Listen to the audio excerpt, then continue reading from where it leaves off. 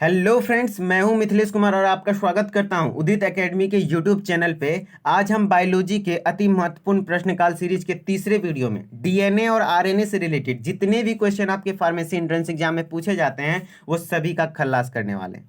आप बस आधे घंटे के इस वीडियो को रेगुलर वॉच कीजिए, बिना स्किप किए और ध्यान से देखिए। और जो भी बातें आपको लगे कि मैं भूलने वाला हूं या फिर मुझे याद नहीं है, मुझे नहीं आता है, तो उसको कॉपी में जरूर नोट कीजिए। कॉपी एक बार लेके बैठिए क्योंकि ये आज का वीडियो थोड़ा कॉन्सेप्चुअल होगा। ठीक है, तो चलिए हम लोग वीडियो में आगे बढ़ते हैं।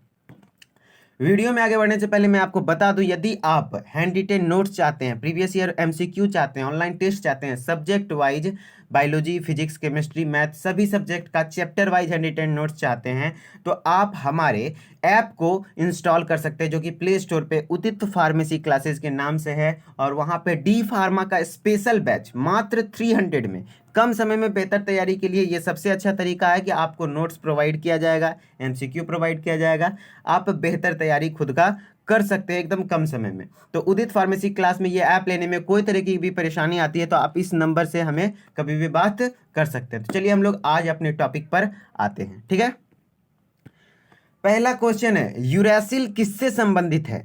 देखिए ये डायरेक्ट आपको समझ में नहीं आएगा, तो मैं पहले इसका थ्योरी समझा देता हूँ। ठीक है, आपको डीएनए और आरएनए में अंतर समझना पड़ेगा। ये स्लाइड देख के डरना नहीं है, मैं हर एक बात धीरे धीरे आराम से समझाऊंगा। ठीक है, पहले आपको डीएनए और आरएनए में अंतर समझना पड़ेगा। डीएनए क्या होता है और आरएनए क्या होता है। डीएनए का फुल फॉर्म होता है डीऑक्सी राइबो न्यूक्लिक एसिड। क्या होता है? Deoxy ribo nucleic acid. और आरएनए का फुल फॉर्म क्या होता है? Ribo nucleic acid.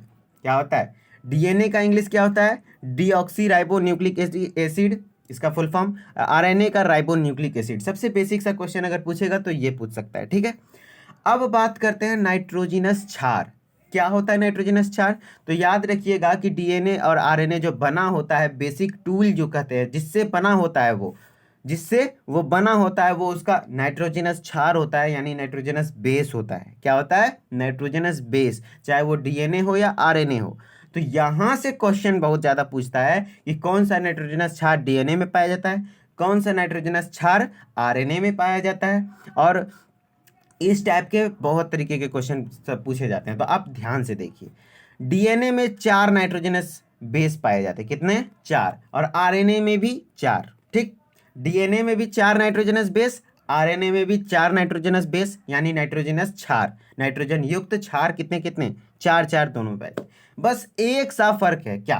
पहले देखिए डीएनए समझा देता हूं, उसके बाद आरएनए समझाऊंगा। डीएनए में जो 4 नाइट्रोजनस क्षार पाया जाता है वो कौन कौन सा होता है? ए टी जी सी। ए टी जी सी। ए मतलब एडिनिन, आपके पास कॉपी है अगर ध्यान नहीं है तो ए का मतलब लिख लीजिए कॉपी में, एडिनिन।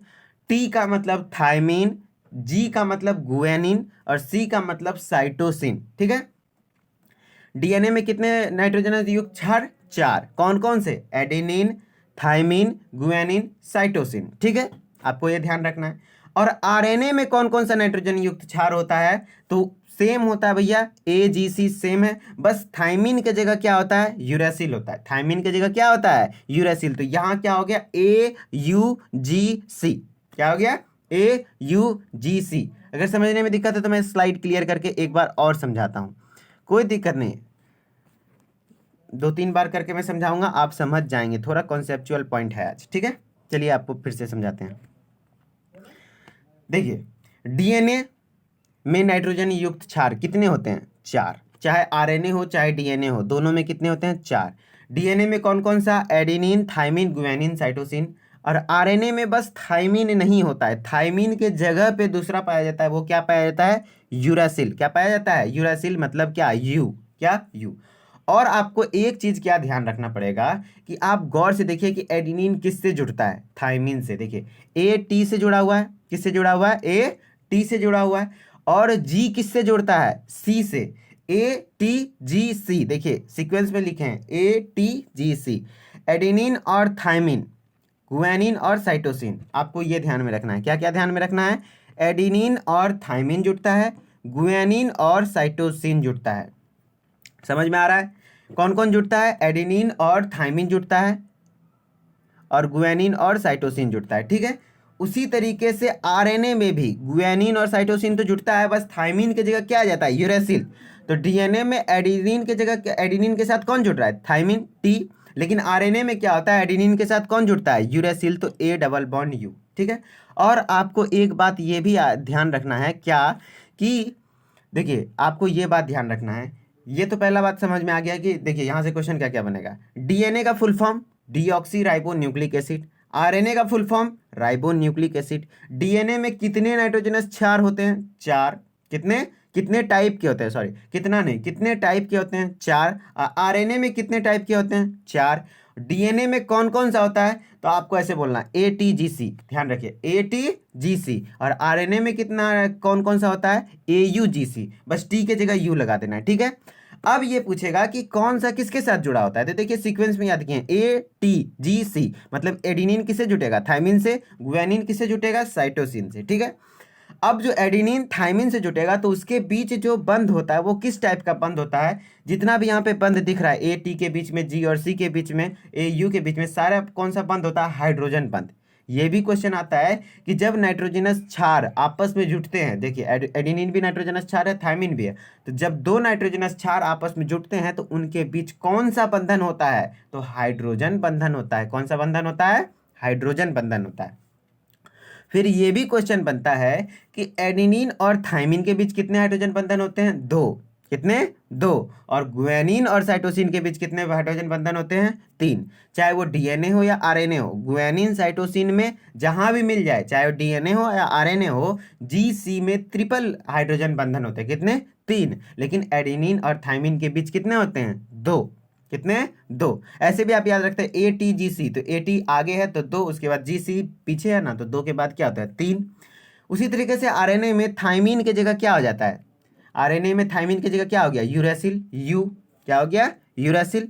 तो आरएनए में जो नाइट्रोजनस क्षार होते हैं आपस में, वो कौन कौन से होते हैं, AUGC, यानी एडेनिन, यूरेसिल, गुआनिन, साइटोसिन। और एडेनिन किससे जुड़ा होता है, तो यूरेसिल से, थाइमिन की जगह क्या आ गया, यूरेसिल। और गुआनिन किससे जुड़ा होता है, साइटोसिन से।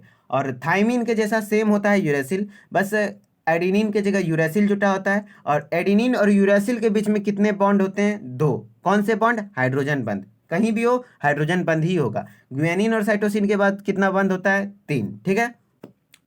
आपको यह क्या क्लियर हुआ, चलिए मैं एक बार समराइज करता हूं, आप लोग सिर्फ ध्यान से सुनिएगा।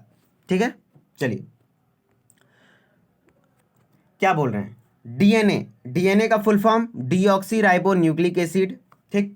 इसमें कितने नाइट्रोजनस क्षार होते हैं, 4। कौन कौन से होते हैं, ATGC, adenine, thymine, guanine, cytosine. कौन किससे जुटा होता है, एडेनिन थाइमिन से जुटा होता है, गुआनिन साइटोसिन से जुड़ा होता है। आप सीक्वेंस याद रखेंगे तो वहीं पता चल जाएगा, AT से GC से। AT पहले आता है तो 2 बंध, और GC बाद में आता है तो 3 बंध। ठीक है, डीएनए क्लियर। अब आरएनए, आरएनए का फुल फॉर्म क्या होता है, राइबो न्यूक्लिक एसिड। और इसमें कितने टाइप के नाइट्रोजनस क्षार होते हैं, इसमें भी 4 टाइप के। और इसमें सिर्फ क्या नहीं होता है, थाइमिन नहीं होता है। और थाइमिन की जगह क्या होता है, यूरेसिल होता है, यानी यू होता है। तो AUGC कौन सा हो गया, AUGC। अब जो है एडेनिन यूरेसिल पहले आता है तो इसके बीच भी 2 बंध होगा, और गुआनिन और साइटोसिन बाद में आता है तो इसके बीच भी कितना होगा, 3 हाइड्रोजन बंधन होगा। ठीक है। और एक क्या क्वेश्चन पूछा जाता है कि डीएनए का स्ट्रक्चर कैसा होता है, तो द्विसूत्री होता है। डबल हेलिकल का मतलब होता है द्विसूत्री संरचना, मतलब इस तरीके का, देखिए इस तरीके का, एक सूत्री ये हुआ, द्विसूत्री इस तरीके से द्विसूत्री होता है। लेकिन आरएनए जो होता है सिंगल स्ट्रैंडेड होता है। इसमें क्या होता है, सिंगल मतलब एकल सूत्री संरचना होता है, सिंगल स्ट्रैंडेड होता है। ठीक है। तो चलिए हम लोग अब अपने कॉन्सेप्ट पर आते हैं। ठीक है, क्वेश्चन पे आते हैं। क्या है क्वेश्चन, यूरेसिल किससे संबंधित है। तो आपको हम बताए थे कि डीएनए में जो पाया जाता है वो क्या था, ATGC। लेकिन आरएनए में जो पाया जाता है वो कौन सा था, AUGC। ठीक है। तो यूरेसिल मतलब यू, यूरेसिल का मतलब क्या हुआ, यू। तो ये किससे संबंधित है, तो आरएनए से। जी हाँ, बिल्कुल आरएनए से संबंधित है, क्योंकि डीएनए में यूरेसिल नहीं पाया जाता है। कहाँ दिख रहा है आपको, देखिए तो यूरेसिल की जगह क्या होता है, थाइमिन। लेकिन हाँ, यूरेसिल किससे संबंधित है, आरएनए से संबंधित है, क्योंकि आरएनए में यूरेसिल पाया जाता है। ठीक है। आशा करते हैं आपको समझ में आया वो कॉन्सेप्ट। आप लोग बिल्कुल ध्यान से आज के वीडियो को देखिएगा, बिल्कुल हर एक क्वेश्चन समझ में आएगा, ठीक है। अब देखिए प्रीवियस ईयर क्वेश्चन कीजिए आप। ये 2018 में क्वेश्चन पूछा गया है, सीधा सीधी 4 मार्क्स। देखिए आप पढ़ के क्वेश्चन, वीडियो को पॉज कीजिए और खुद से बनाने का कोशिश कीजिए, उसकी नहीं बने तब देखिए। डीएनए में कौन सा नाइट्रोजनस क्षार है?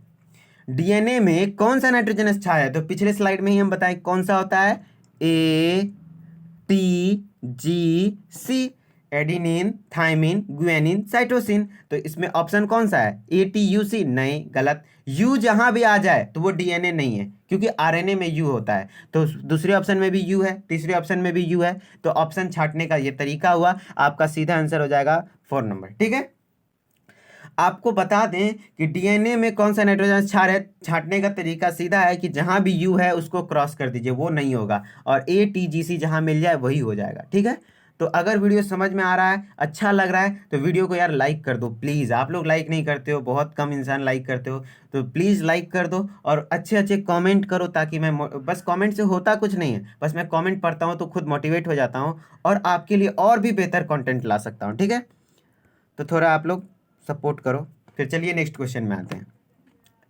निम्नलिखित में कौन सा नाइट्रोजन युक्त क्षार आरएनए में मौजूद नहीं होता है? क्या है क्वेश्चन, ध्यान से। निम्नलिखित में कौन सा नाइट्रोजन युक्त क्षार आरएनए में मौजूद नहीं होता है? ये भी क्वेश्चन खुद से बनाइए आप। 2021 में, पिछले साल ये क्वेश्चन पूछा गया कि कौन सा नहीं होता है, तो आपको क्या बताए कि कौन सा होता है? तो एडेनिन, यूरेसिल, AUGC, आपको बस इतना लिखना है, यहीं से आंसर मिल जाएगा। आरएनए में होता कौन सा है? AUGC होता है, लेकिन कौन सा नहीं होता है? क्वेश्चन क्या पूछ रहा है, कौन सा नहीं होता है? तो आपको क्या ध्यान रखना है कि नहीं, तो क्या नहीं होता है? एडिनिन होता है, ऑप्शन में 3 नंबर में एडिनिन है तो ये होगा नहीं। यूरेसिल होता है, 2 नंबर नहीं। गुआनिन होता है, क्या थाइमिन होता है? नहीं, आरएनए में थाइमिन नहीं होता है। थाइमिन किस में होता है? डीएनए में, क्योंकि डीएनए में जो नाइट्रोजनस बेस है वो कौन कौन सा है? ATGC। तो देखिए टी मतलब क्या हुआ, थाइमिन, तो थाइमिन डीएनए में होता है, और यू किस में होता है? आरएनए में होता है, ठीक है। आपको ये समझ में आया तो बहुत अच्छा है, नहीं तो 1-2 बार वीडियो को फिर से बैक करके देखिए, समझ में आ जाएगा, ठीक है। चलिए आगे बढ़ते हैं। डीएनए में कौन सा नाइट्रोजनस क्षार अनुपस्थित होता है? फिर से ये 2016 का बहुत इंपॉर्टेंट क्वेश्चन, आप खुद से करके देखिए सारे क्वेश्चन को, अगर नहीं होते हैं तब आप वीडियो को स्टार्ट करके देखिए, ठीक है। वीडियो नहीं तो पॉज करके बनाइए। चलिए हम लोग बनाते हैं क्वेश्चन। डीएनए में कौन सा नाइट्रोजन क्षार अनुपस्थित होता है? कौन सा अनुपस्थित होता है, यानी कौन सा नहीं होता है? तो डीएनए में होता कौन सा है? ATGC होता है ना, ATGC। याद रखिएगा, ऑप्शन में आपको सीधा ATGC से भी करके दे सकता है, आपको कंफ्यूज नहीं होना है। पूरा नाम नहीं भी लिखे, एडेनिन, थाइमिन, गुआनिन, साइटोसिन, इस तरीके से नहीं भी लिख सकता है, आपको सीधा ACTU इस तरीके से दे सकता है। तो आपको फुल फॉर्म याद रखना है, ठीक है। डीएनए में कौन सा नाइट्रोजन क्षार अनुपस्थित होता है, यानी नहीं होता है, तो इसका कैसे पहचानिएगा? तो डीएनए में होता कौन कौन सा, पहले वो लिख लेंगे। ATGC तो होता है भैया, तो ए तो होगा नहीं, ऑप्शन नहीं। सी तो होता है, नहीं होगा आंसर। टी भी होता है, नहीं होगा आंसर। लेकिन यूरासिल क्या होता है? यूरासिल तो आरएनए में पाया जाता है ना, तो डीएनए में तो अनुपस्थित होगा ही। तो ये भी क्वेश्चन आपका बन गया। समझ में आ रहा है? एकदम समझ में आ रहा है तो वीडियो को लाइक कीजिए। इस वीडियो का लाइक एम हम रखते हैं, कम से कम 50 लाइक आना चाहिए, तब नेक्स्ट वीडियो हम अपलोड करेंगे। और मैं वादा करता हूँ, आप इस प्रश्नकाल सीरीज को यदि कंप्लीट वॉच कर लेते हैं तो 35 से 40 क्वेश्चन आप पक्का कर लेके जाएंगे, ठीक है। और वो बेसिक सॉल्यूशन आप ले लीजिए, बेसिक सॉल्यूशन जो कि कहते हैं उदित फार्मेसी क्लासेस पे है, वो बस 299 में आप अवेल कर लीजिए। आपका कम समय में हर सब्जेक्ट का तैयारी हो जाएगा, क्योंकि सिर्फ बायोलॉजी से सिलेक्शन होना मुश्किल है, फिजिक्स केमिस्ट्री को भी आपका वहाँ बेहतर तैयारी हो जाएगा, ठीक है। चलिए हम लोग नेक्स्ट क्वेश्चन में आते हैं। न्यूक्लिक अम्ल एक प्रबल अम्ल है। क्या है? न्यूक्लिक अम्ल एक प्रबल अम्ल है। पहला तो क्वेश्चन यही बनेगा कि न्यूक्लिक अम्ल कैसा अम्ल है, प्रबल अम्ल, दुर्बल अम्ल या फिर उदासीन। तो याद रखिएगा, न्यूक्लिक अम्ल कैसा अम्ल है? प्रबल अम्ल है। इसकी प्रबलता का कारण है, इसका प्रबलता का क्या कारण है, आखिर क्यों ये प्रबल अम्ल है? तो क्योंकि इसमें, सीधा आपको याद रखें, क्योंकि इसमें फॉस्फेट होता है। क्या होता है? फॉस्फेट ग्रुप होता है। फॉस्फेट मतलब P, यानी फॉस्फोरस ग्रुप होता है, जिसके कारण ये न्यूक्लिक अम्ल बहुत ज़्यादा अम्लीयता होता है, प्रबल अम्ल होता है। आपको हम बता देते हैं कि इसका ट्रिक क्या है। न्यूक्लिक अम्ल प्रबल अम्ल है। कोई भी प्रबल अम्ल इसलिए है क्योंकि इसमें फॉस्फेट है। यानी इसका ट्रिक याद रख सकते हैं, कोई भी फटाफट काम करता है तो वो तो फास्ट मतलब थोड़ा बॉडी बिल्डर होगा ही ना, कि फटाफट काम कर रहा है, एकदम फुर्ती से काम कर रहा है, तो वो तो प्रबल हो जाएगा। तो इसी कारण से न्यूक्लिक अम्ल प्रबल है। फॉस्फेट यानी फटाफट, फटाफट काम कर रहा है, इस कारण से न्यूक्लिक अम्ल प्रबल है। तो आपको ऐसे ट्रिक से याद रख सकते हैं, फटाफट यानी फॉस्फेट। ठीक है, चलिए नेक्स्ट क्वेश्चन में हम लोग आते हैं। राइबोज तथा डीऑक्सीराइबोज किस श्रेणी के अंतर्गत आते हैं? राइबोज तथा डीऑक्सीराइबोज किस श्रेणी के अंतर्गत आते हैं? इस क्वेश्चन में भी बहुत बड़ा राज छुपा है। आपको हम डीएनए का फुल फॉर्म क्या बताए थे? डीऑक्सीराइबोज के डीऑक्सीराइबो न्यूक्लिक एसिड, और आरएनए का क्या बताए थे? Ribo nucleic acid. तो आपको ध्यान रखना है कि राइबोज भी एक पेंटोज शुगर है, एक शर्करा है, और डीऑक्सीराइबोज भी एक शर्करा है। राइबोज किस में पाया जाता है? आरएनए में। राइबोज किस में पाया जाता है? आरएनए में। और डीऑक्सीराइबोज किस में पाया जाता है? डीएनए में। किस में? डीएनए में। राइबोज आरएनए में, डीऑक्सीराइबोज डीएनए में। अब बात आती है कि ये किस टाइप का शर्करा है, किस टाइप का? तो याद रखिएगा 5 कार्बन वाला शर्करा, इस कारण से इसको क्या बोला जाता है? पेंटोज। क्या बोला जाता है? पेंटोज। क्या आपको क्लियर हुआ ये क्वेश्चन? नहीं हुआ तो एक बार मैं और बताता हूं। देखिए आप ध्यान से सुनिएगा, क्या बोल रहे हैं हम कि राइबोज और डीऑक्सीराइबोज किस श्रेणी के अंतर्गत आता है? तो राइबोज किस में पाया जाता है? आरएनए में, क्योंकि आर से स्टार्ट हो रहा है। डीऑक्सीराइबोज किस में पाया जाता है? डीएनए में, क्योंकि डी से स्टार्ट हो रहा है। ठीक है, और अब ये क्वेश्चन है कि राइबोज तथा डीऑक्सीराइबोज किस श्रेणी के अंतर्गत आते हैं, कैसा शर्करा है? तो आपको ध्यान रखिए, ये पेंटोज शर्करा है। क्यों इसको पेंटोज बोला जाता है? क्योंकि इस दोनों शुगर में कितने कार्बन होते हैं? 5 कार्बन। कितने कार्बन होते हैं? 5 कार्बन। ठीक है, राइबोज आरएनए में, ये आपको बिल्कुल ध्यान रखना है। राइबोज किस में आता है? आरएनए में। और डीऑक्सीराइबोज किस में आता है? डीएनए में। ठीक है, चलिए हम लोग नेक्स्ट क्वेश्चन पे आते हैं।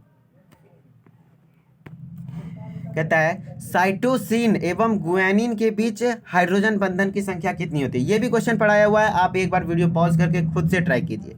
साइटोसिन और एवं गुआनिन के बीच हाइड्रोजन बंधन की संख्या कितनी होती है? तो आपको क्या बताए थे ऐसा कुछ कि ए टी के बीच डबल बॉन्ड, जी के बीच ट्रिपल बॉन्ड, ऐसा कुछ बताए थे जी।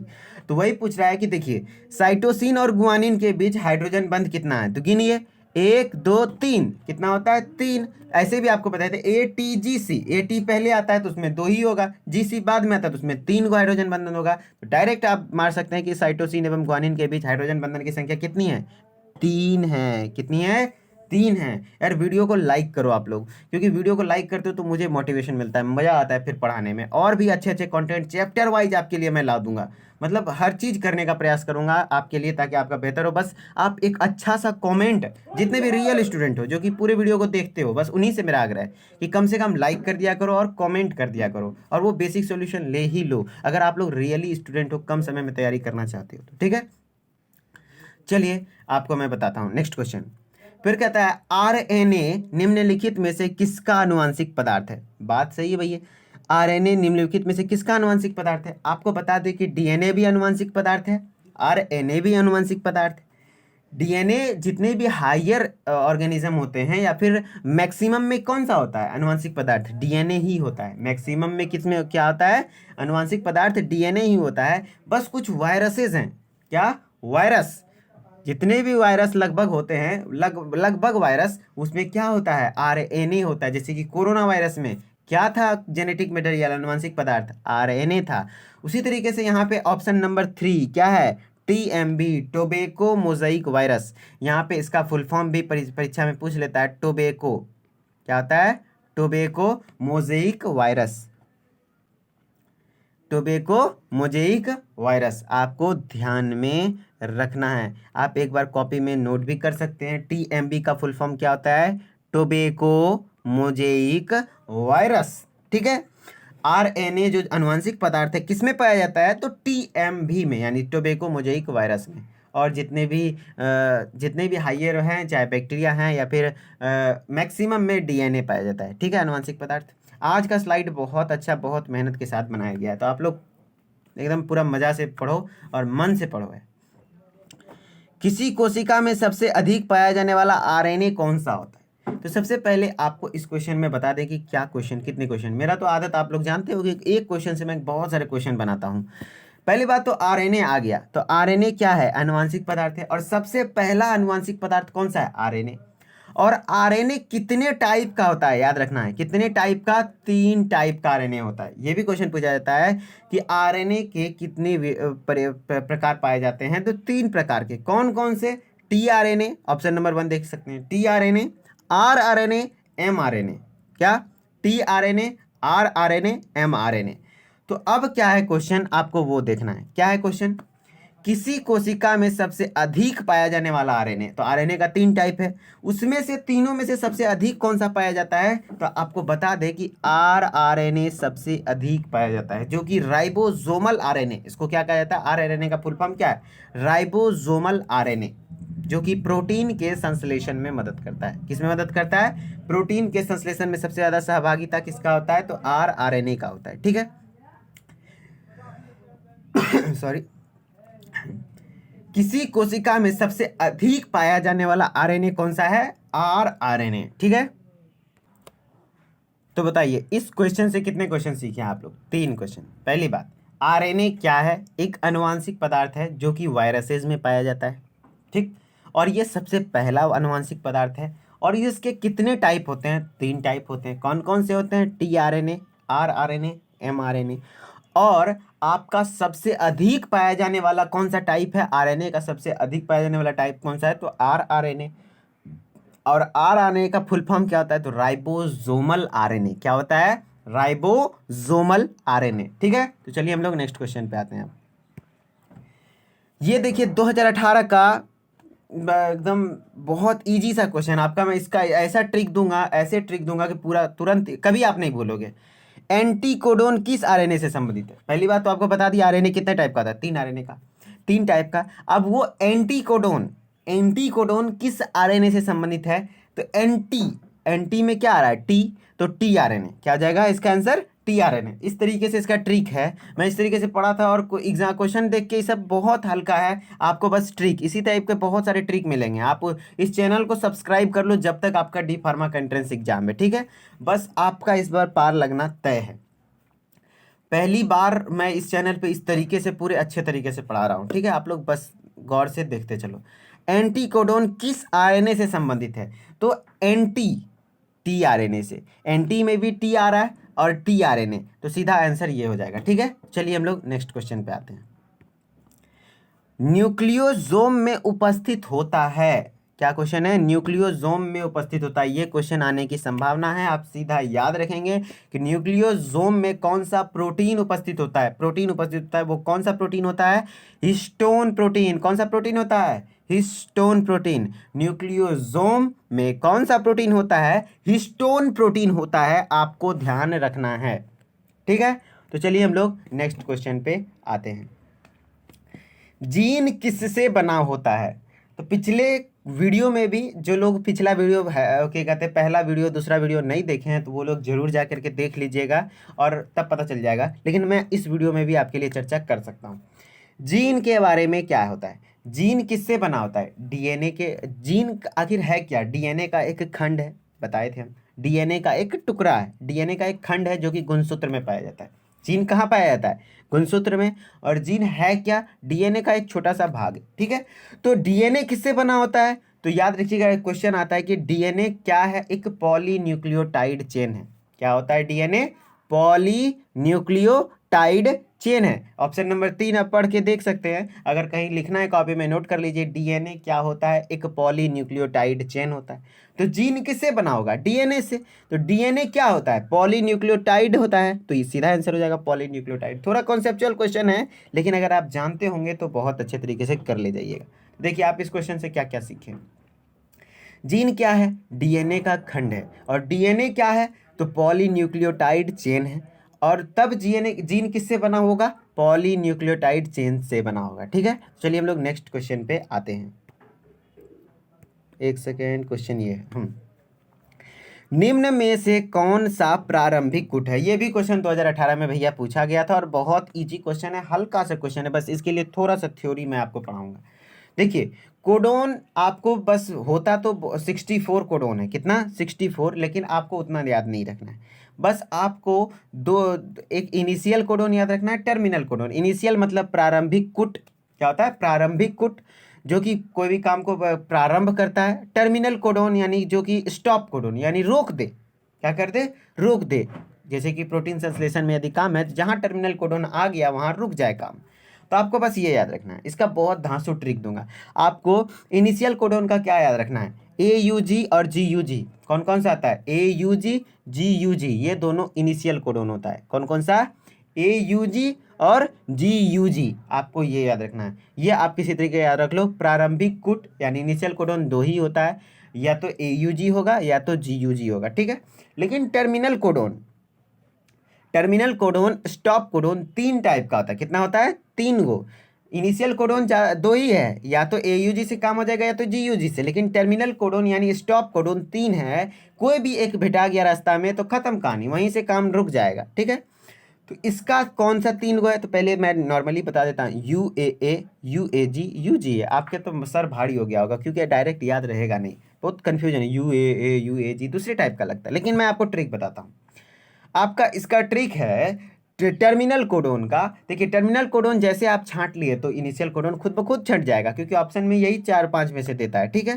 तो टर्मिनल कोडोन का 3 आपको ट्रिक बताएंगे। सबसे पहला है उल्लू आया। उल्लू आया मतलब UAA, उल्लू आया, ठीक है। उल्लू आ गया मतलब UAG, उल्लू आ गया UAG, उल्लू गया UGA। कैसा ट्रिक समझ में आया, उल्लू आ गया, आया क्या है, पहला सुनिए एक सेकंड, उल्लू आया UAA, उल्लू आ गया UAG, उल्लू गया तो भैया UGA। आपको नहीं याद हुआ, आप एक बार ध्यान से सुनिए, आपको ऐसे याद रखना है, उल्लू आया, उल्लू आ गया, उल्लू गया, तो UAA उल्लू आया, UAG उल्लू आ गया, UGA उल्लू गया। और आपको ऐसे भी नहीं ध्यान रहता है तो याद रखिए कि जितना भी लगभग कोडोन जिसका स्टार्टिंग U हो और बीच में भी U नहीं होना चाहिए, लगातार U नहीं, बस एक U हो और उसके बाद A हो या G हो, तो वो टर्मिनल कोडोन होता है। इस तरीके से भी आप ध्यान में रख सकते हैं, ठीक है। तो इस स्लाइड में आप क्या सीखें एक बार मैं रिवाइज करवा देता हूँ। इनिशियल कोडोन कौन कौन सा होता है, इनिशियल कोडोन होता है 2, AUG और GUG। टर्मिनल कोडोन कितना होता है, 3, UAA उल्लू आया, UAG उल्लू आ गया, UGA उल्लू गया, ठीक है। तो मैं आप लोग से रिक्वेस्ट करूंगा कि कमेंट में आप लोग जरूर लिखिएगा कि टर्मिनल कोडोन का तीनों का नाम, UAA भी लिखिएगा, UAG भी लिखिएगा, UGA भी लिखिएगा। जितने लोग भी लिखेंगे उसको तो एक तो पहली बात कंसंट्रेशन हाई होगा तो याद हो जाएगा, प्लस उसका मैं अगले वीडियो में नाम लूँगा, ठीक है। चलिए हम लोग नेक्स्ट क्वेश्चन पे आते हैं। हाँ वो क्वेश्चन छूट गया ना जो 2018 का था। चलिए अब क्वेश्चन है, देखिए कितना इजी है, वो पढ़ने के बाद कितना आसानी से हो जाएगा। निम्न में से कौन सा प्रारंभिक कूट है, प्रारंभिक कूट यानी इनिशियल कोडोन, और हम क्या बताया कि 2 गो होता है, कौन कौन सा, AUG और क्या GUG, यही था ना। देखिए गौर से क्या है, AUG और GUG, ये प्रारंभिक कोडोन है, ठीक है। एक सेकेंड, हाँ AUG और GUG। तो वही क्वेश्चन पूछ रहा है, कोई एक ऑप्शन मिल रहा है क्या, देखिए पहला नंबर ऑप्शन में ही क्या है, AUG, क्या है AUG। कौन सा प्रारंभिक कुट है, AUG, ठीक है। 2018 में पूछा गया प्रश्न था, बहुत हल्का क्वेश्चन था। तो चलिए आप ध्यान रखिए, प्रारंभिक कुट 2 है, AUG और GUG, तो आंसर AUG हो जाएगा, ठीक है। समझ में आ रहा है ना। चलिए आगे बढ़ते हैं, नेक्स्ट क्वेश्चन। ये खुद से बना के दिखाइए आप, यदि आप ये बना लेते हैं तो मैं मानूंगा। आप वीडियो पॉज कीजिए और फिर से बनाइए खुद से, अगर नहीं बनता है तब आप वीडियो को देखिए, ठीक है। कौन सा इनमें से कौन सा एक टर्मिनल कोडोन है, टर्मिनल मतलब जो स्टॉप कर दे, काम खत्म कर दे। तो पहला ऑप्शन है UAA उल्लू आया, दूसरा ऑप्शन है UAG उल्लू आ गया, UGA उल्लू गया, तो तीनों तो टर्मिनल कोडोन है ना, तो इनमें से सभी हो जाएगा इसका आंसर। ये क्वेश्चन आपका संभावित है कि इस साल आ जाए, इसलिए ध्यान से देख लीजिए, ठीक है। चलिए हम लोग एक क्वेश्चन, लास्ट क्वेश्चन है। लास्ट क्वेश्चन क्या है, DNA में कौन सा नाइट्रोजन क्षार अनुपस्थित होता है, क्या है क्वेश्चन? डीएनए में कौन सा नाइट्रोजनस क्षार अनुपस्थित होता है? ये मैं नहीं बताऊंगा, आप पहले वीडियो पॉज कीजिए और खुद से समझिए कि क्या होगा आंसर। डीएनए में कौन सा नाइट्रोजनस क्षार अनुपस्थित होता है? मैं आपको बता दूं कि डीएनए में होता कौन कौन सा है। तो एक सेकेंड, ATGC। तो इसमें पूछ रहा है कौन सा अनुपस्थित है, कौन सा नहीं होता है। तो ये आप इसका आंसर कमेंट सेक्शन में दीजिए, इसका आंसर कमेंट सेक्शन में दीजिए। जिसका भी आंसर सही होगा मैं उसे रिप्लाई जरूर करूंगा, ताकि मुझे समझ में आए कि आपको समझ में आ गया। और अगर समझ में आया हो तो वीडियो को लाइक कर लीजिए, चैनल को सब्सक्राइब कर दीजिए और दोस्तों के साथ भी शेयर कीजिए, ताकि थोड़ा ज़्यादा लाइक से कुछ होता नहीं, बस हम लोग के अंदर थोड़ा एनर्जी आ जाता है। तो हम लोग के अंदर एनर्जी मतलब आपके अंदर एनर्जी हम खुद डाल देंगे, ठीक है। तो आप वो, आपके लिए फिर से एक बार बोल रहा हूँ कि कम समय है, कम समय में डी फार्मा यदि आप निकालना चाहते हैं, डी फार्मा का एंट्रेंस एग्जाम, तो आप उदित फार्मेसी क्लासेस को ज्वाइन कीजिए। वहाँ पे मात्र 299 यार, 299 रुपये के तो ऐसे ही खर्च हो जाते हैं, बस 299 रुपये में वो बेसिक सॉल्यूशन नाम से उदित फार्मेसी क्लासेस के प्ले स्टोर पे ऐप है, उस पर आप ले लीजिए। कोई भी दिक्कत होता है तो वो स्लाइड था जिसमें कॉन्टैक्ट नंबर था, आप उस कॉन्टैक्ट नंबर पर हमसे बात कर सकते हैं, ठीक है। तो चलिए मिलते हैं नेक्स्ट वीडियो में, बायोलॉजी के चौथे वीडियो में। और आशा करते हैं आपको वीडियो बहुत अच्छा समझ में आया होगा। वीडियो को लाइक कीजिए, शेयर कीजिए एंड सब्सक्राइब कीजिए। Okay, thanks. मिलते हैं नेक्स्ट वीडियो में।